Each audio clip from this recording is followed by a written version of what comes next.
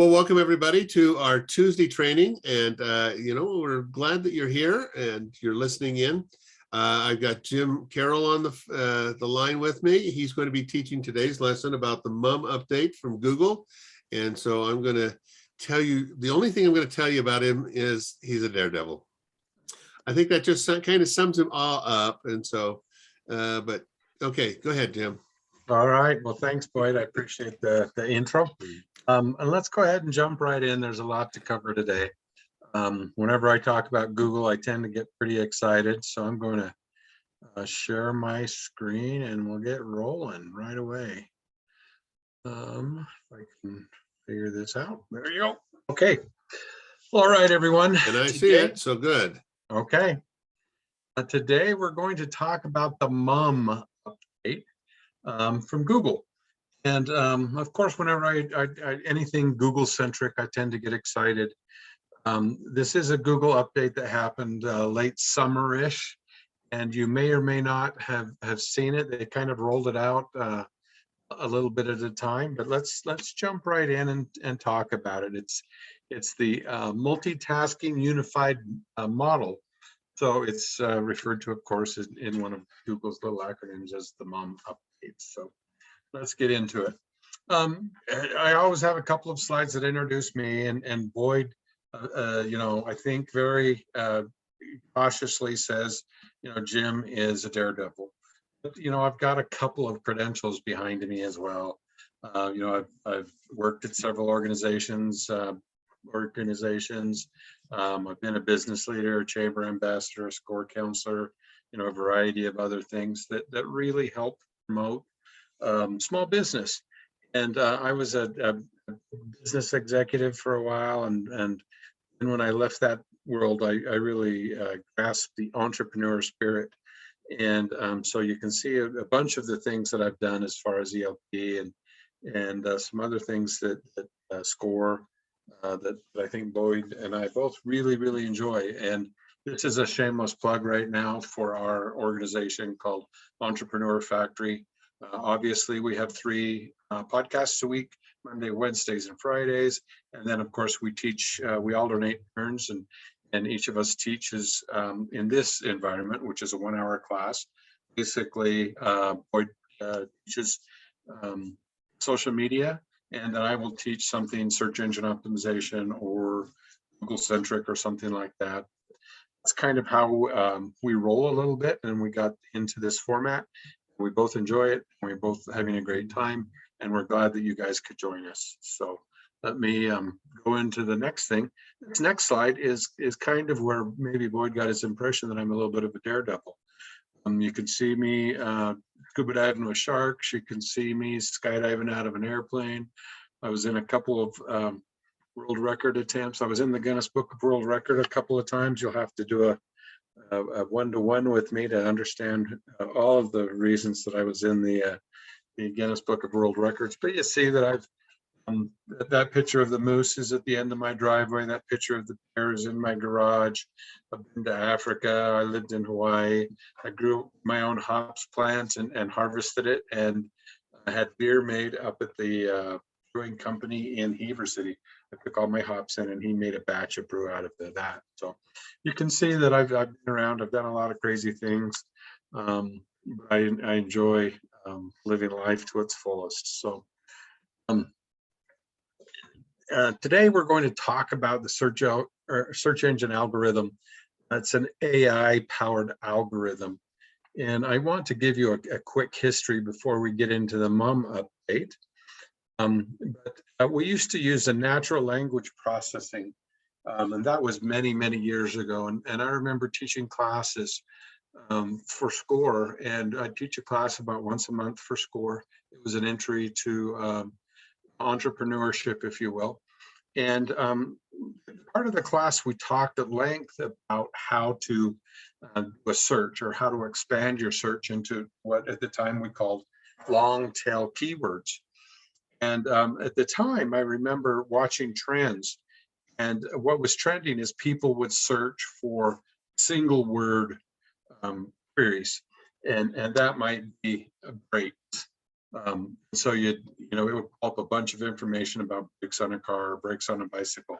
You might start to expand that into brakes on a car, and then it would pull up, the difference between metallic pads and another type of pads. And back then in the internet environment, people weren't that sophisticated. They were pretty basic in their search queries. I thought it was so exciting to go to, as the NLP model started to expand and people were getting into long tail queries. I mean, you've all heard my syllabus about, Mustang versus a 1968 Ford convertible Mustang. And obviously you get much fewer searches for that. If you were trying to sell a 1968 Ford convertible Mustang, you could probably sell one. Well, we got to, we graduated from the NLP model into what we called the Burt model, which is the bidirectional encoder representation form of transformers. And so that was really where the long tail keywords kind of took off, and people were using, I remember literally watching them go from 1-word queries to 2-word queries to 3-word queries to 4-word queries. And you put 4 words into a search. I mean, everybody thought that was cool because Google was getting really good at coming up with results, and people were getting pretty good at actually finding the results. Sorry about that. I'll need to turn my phone off. So what happened is now we've gotten into an AI-powered algorithm. That's what we're going to talk about. So we're going to talk about the MUM kind of transformation that we've gotten into. So in the Burt model, the reason that it was transformative was because it was able to take words that surrounded the keyword that we were looking for. So if we were looking for the word hot dog, it would take the word ketchup or mustard, surrounded that word, and obviously now we were talking about a barbecue or a hot dog or something like that. If we talked about puppies or dog leashes or something like that, that would know that we were talking about either a dog that was overheating or a dog that was cute and hot and all of those types of things. So search engine, Google in particular, was getting really, really good at delivering results, which is their whole job. If you think about it, at the end of the day, Google's job is to deliver good results. And that's part of the reason they became so successful so quickly, was because their algorithm was understanding that we're driving towards the Burt model and helping us find the things that we were truly, truly looking for. At the end of the day, that's Google's job, to deliver good results for us. And so taking that one step further, and they've introduced this new model. And it's called the MUM model. It was introduced late this summer. And this model is fascinating if you start to think about it. It does multiple things on multiple levels at the same time. So this means that it can read and understand text. So if you're typing in text, it will start to formulate an opinion before you're done with it. It forms that knowledge and then can translate that into video or reinforce it with rich text. And it translates into 75 languages. I've got a little example a little bit later on, and it's based a lot on previous queries that you've actually done. So this MUM translator, this MUM AI, will actually translate into 75 languages and then find text and put context to those answers all at the same time. So it's really kind of a crazy, crazy thing. So it was introduced at the I/O, which is the innovative conference that Google puts on every summer. And they rolled it out this summer, and I've watched it kind of roll out ever since then. And I thought that it was important enough to finally introduce you guys to it and help you understand a little bit about how it's working. So there's a guy named and I'm going to destroy his name, but it's a Rockhaven. And he asked a question. And at the developers conference, using this AI model, he said, I've hiked Mount Adams, and now I want to hike Mount Fuji next fall. What should I do differently to prepare? So that's an incredibly long query. And that's the question that he asked, and we'll see what the search engine kind of came up with. We have to break down literally what is the question. So he made a statement that he had hiked Mount Adams. And the next statement is, now I want to hike Mount Fuji in the fall. That's kind of two questions in itself. Mount Fuji, or hiking Mount Fuji, and the fall is another discriminating factor. And then the next question that he posed was, what do I do differently to prepare for that? So now we know that he's gonna hike Mount Fuji. We know that he's gonna do it in fall. We know that he's hiked Mount Adams. What does he have to do to prepare? I mean, that by itself is 4 questions. And today, Google would help you with that by thoughtfully considering all of the things or all of the questions that he had actually posed to them that he put in. But then it goes on and it considers things that he didn't include in his statement. The elevation of the mountain would certainly be important. And I think it's a little over 3,000 meters tall. What's the average temperature in the fall? How much precipitation does it get in the fall? How difficult are the hiking trails that he's going to follow? What's the right gear to use? And eventually will he get everything that he needs and get the right gear and more. So when we get to my question, because I kind of asked the same question of Google, it gets a little tiny bit more interesting. But it's all in the expertness of the search. And Google's keeping track of everything we do. I mean, if there is a big brother, Google is the big brother. So what it asked, and this is very evident when I queried Google the same thing, because it answered it with some very interesting questions. But are you hiking or are you climbing? And that's going to be based on queries that you had done before.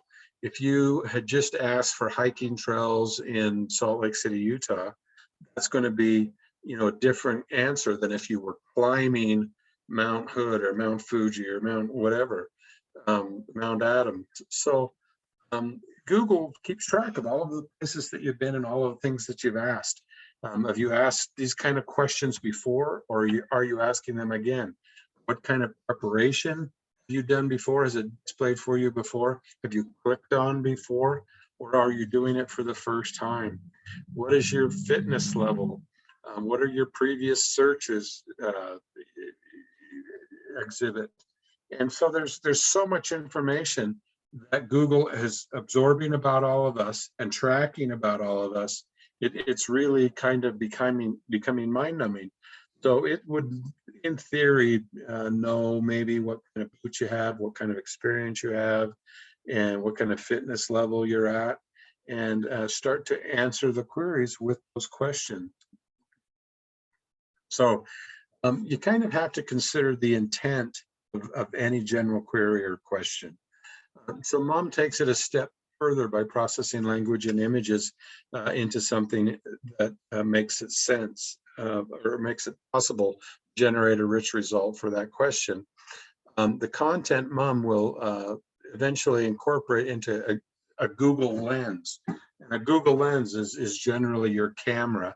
And you're going to be able to take a picture of your camera and using the Lens app, point that to Mount Fuji, and it's going to understand what Mount Fuji is. And now you've already said that you're going to climb it in the autumn or the fall. And what you'll need, it's going to want to give you boots and rain or heavy weather equipment, all of those types of things that will be suited to climb Mount Fuji in the fall. And it's fascinating. I know that there's already an application Lens, and you can like scan a flower, and it will tell you what the species of that flower is, and maybe even give you more information. Is it poisonous? Will it, cause a rash? Whatever. But that's already exists today, and now Google has taken it a step further, and is going to start to incorporate that into this same sort of search criteria. So I want to point out that Google is overtly moving towards a fully AI-powered search engine, but they're not really being very overt about it. If you understand what Google does and how they do things, they tend to just gobble up little companies that are very innovative and are doing the things that they need to do. I remember back in the day when I owned my hosting company, I was really, really proud of this product I had. I paid thousands of dollars a month for a product called Urchin, and it gave me an edge over all my competition. As long as that website was hosted on my servers, I could see how many clicks it got, where they came from, how long they stayed on the site. What I'm describing to you starts to sound a lot like Google Analytics. Well, one day I had this great big competitive advantage over all my competition.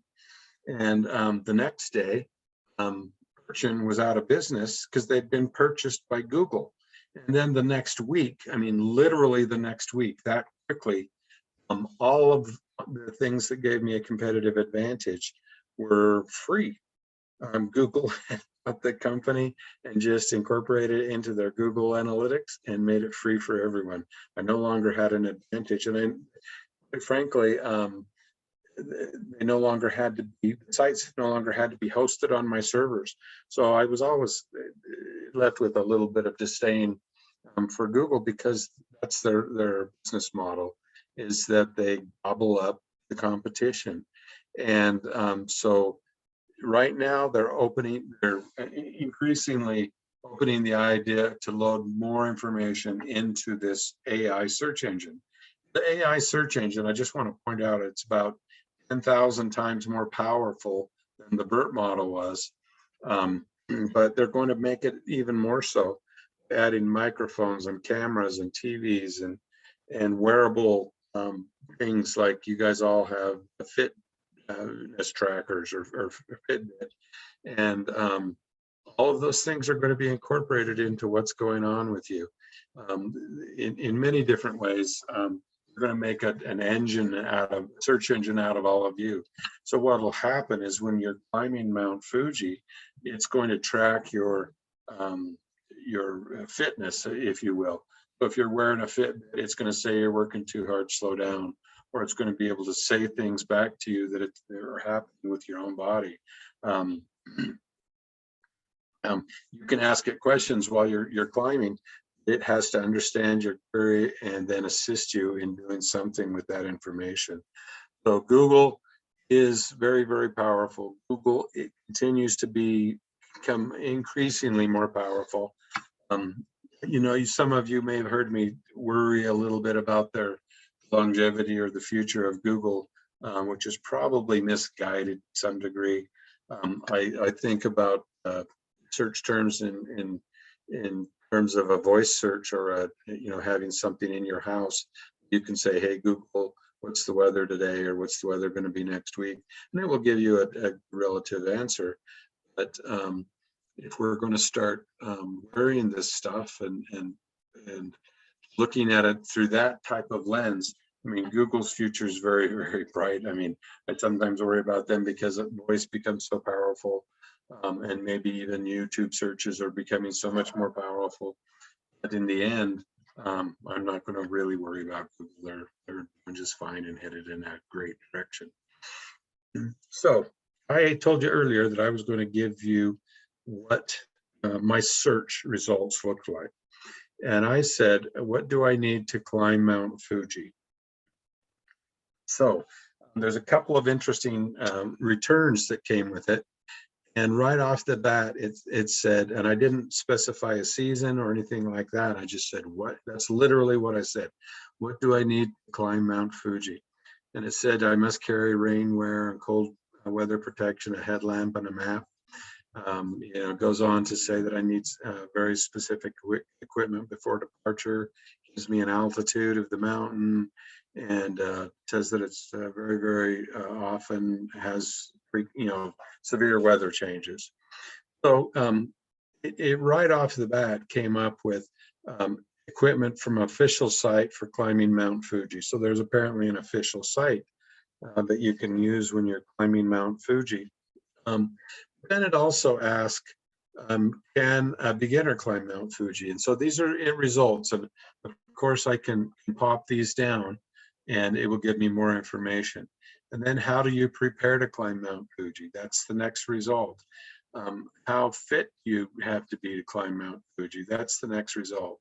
And amateurs climb Mount Fuji. Sorry. And then the next couple of results were interesting. I didn't go very much further down. The sixth result, they're climbing Mount Fuji, a Japanese guide to it. Next question after that was, how do I speak Japanese? It knows that I've never translated a Japanese from a Japanese site. It knows that I clearly don't speak Japanese. So it gave me information it thought that I needed, that Google thought I would need to get along in the Japanese environment of Mount Fuji. It figured that I didn't speak Japanese and I would need to know some Japanese. So it was offering up results on how to speak Japanese or how to translate Japanese or do some of those great other things. This is all done as a part of my search. My simple search was, what do I need to climb Mount Fuji? It gave me all this results. It gave me information about the equipment, the weather, the temperature, the changing conditions. And then it figured that I would need to learn to speak Japanese or at least be able to communicate in the Japanese language. Now, I did not ask anything about Japanese language. It, based on my historical results, knew that it presumed, I should say, I don't speak any Japanese, which I don't. And it actually said, here's some more information on how to get along in Japanese. So this is a very, very powerful search engine. As I said earlier in the presentation, they figure it's about 10,000 times more powerful than the Burt model. And it's very, very reactive to your question, and it'll respond to you. It'll kind of predict what it thinks that you need. It's almost scary for it to come up with a question about language, and it's based solely on my lack of queries in the past. So it's a pretty powerful search engine, and I'm really, really impressed with it. It's unbelievably fast and unbelievably thoughtful, which is, runs in line with all of the things that Google does and has to say for itself. I'm going to throw out my free stuff offer right now. And there's a Cyber Monday offer, which is extended to Tuesday, of course. And for $97, we will review and audit your website. If you ran into me on the street, I generally charge like $400 for that type of in-depth review. And I'll do it now for just $97. So if you go to SEO in 360, look under services, and you will see that their offer is right now for $97. I'll keep that up for a few more days. If you contact us right away and get in our schedule, then I will keep it at $97. After that, it goes up significantly. You can also register. Oops, that's not accurate. That number's not accurate. That's for another offer. Anyway, go to the extended Monday offer for an in-depth SEO audit of your site, and I'll fix that slide in the future. Okay, so I generally like a water scenario, and I like the drip, drip, drip kind of scenario that I've used in the past. It's not one drop of water, but it's in fact all of that water working together. So it's not just the delicate drops of water on the dandelion, but it's the ocean pounding and pounding and pounding, and it will actually make that ocean cave or that water cave, if you will, because of the force of all those drops of water, all of that water happening and driving together to make that cave. It's very, very powerful when it works in concert. And that's it for my presentation today. I always like to use my water scenarios, and I want to thank you for attending today. I know it was a little bit of a brief one, but that's because Boyd didn't jump in and have anything to say. What can I say to add to that? I mean, this mom update is very, very impressive. I mean, to have all those types of things that it, that it's thinking about beyond what you asked the question for. Of course, it answers the question, but then instead of giving you more information about Mount Fuji or about climbing hills or climbing mountains, it was very specific, and everything led back to that climbing Mount Fuji, where you've already climbed a hill or a mountain before. It's intriguing to me on so many levels.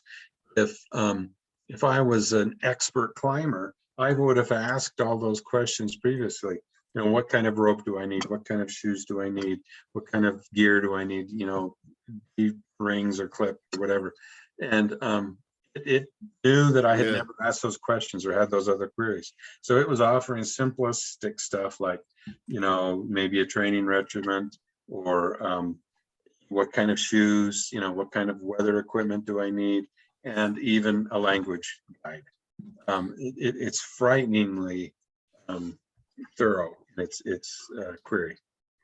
Well, it just goes to show that there are a lot of thought is going into Google and expanding it, and not just sitting there. And that was one of the things with some of the previous ones. They only enhanced what they already knew. They never did go beyond that. And that's why Ask Jeeves and Yahoo and a lot of the others are now a long way down, because they did not move on to the thinking the next step forward. And while they were great at the time, this is just so much farther ahead. And it is kind of scary, because now if you say that you're thinking of doing that, now they'll be able to say, oh, well, here's boots that you're going to need for climbing Mount Fuji. And oh, let's see here, a whole nother way of making some money. So no, it almost makes you want to do everything that you ever do through a VPN. I'm not even sure that's hasn't been compromised. I can't imagine it, because even if you're on a VPN now, when you log into your account, they'll say, oh, we know who this is. Yeah, exactly. So exactly. So that's it in a nutshell today, but I want you guys to know that Google's staying ahead of the curve. They have this conference. It's the IL conference, which is an acronym for Invent in the Open, or conference. And Innovate in the Open is what it is. And so they want everybody to see. They're willing to they're so much ahead of their competition, willing to share what they're working on, share some of these things before they're even fully developed and ready to release. But it's something that came out late this summer. So I wanted you guys to be aware of it. And I've actually seen it, like in my query today. It's working. I mean, it's not slapping you in the face yet, but it's close to it. Wow. Well, it's making you think beyond what you were asking, that's for sure. Absolutely. Okay. Absolutely. Well, thank you today, Jim, and for explaining that. We're going to be doing a couple of really cool ones in the next little bit. If you have not signed on to our site, bpmedia.com/seminars, you can see all the things that we've got upcoming. We have a conference, and if you've missed that, you can watch that online after it's been recorded. We have coming up next week, we're going to be talking about speaking virtually. And, a lot of the big name people who are big speakers, they go and speak in front of thousands and thousands of people. When we got locked down from the pandemic, they didn't know how to speak virtually. They had to learn that. And so we're going to be talking about things that you need to understand to speak virtually, how to talk better, how to be more captivating, and how to wow your audience. And so we're going to talk about that. And then the following week, we're going to be talking about the 10 common local Google My Business problems and how to fix them. And so be sure to tune in next week and the week after. And we're going to be making sure that you're up to date on whatever's happening with websites, social media, and SEO. So thank you very much. In the coming weeks as well, we'll be announcing kind of an event schedule for the first quarter of next year as well. Yes. So yep, we're putting that together too. And we've got some cool things that we're looking at. We've got a podcasting conference that's going to be coming up in January. We're going to be doing a customer service conference. How to get better customer service in an environment like today. And, that's a big one. In fact, I was talking to a person the other day that was talking about, I don't have enough people to handle the customer service that I really want to provide. Well, how do you do that? How are you going to up their customer service, or how do you change that? So we're going to have a conference about that. We'll have one about personal development. We'll have 2 of those this coming year. We'll have 2 about the sales and marketing conferences that we've had in the past. So we've got a lot of things coming up. So thank you very much. And check back often to the seminars area so you can see what we've got coming up. And always listen to our podcast. Yes, absolutely. Anytime you want. They release on Monday, Wednesday, and Friday. You can pick them up anytime. That's right. Entrepreneur Factory Podcast. Thank you very much. Have a great day, everyone.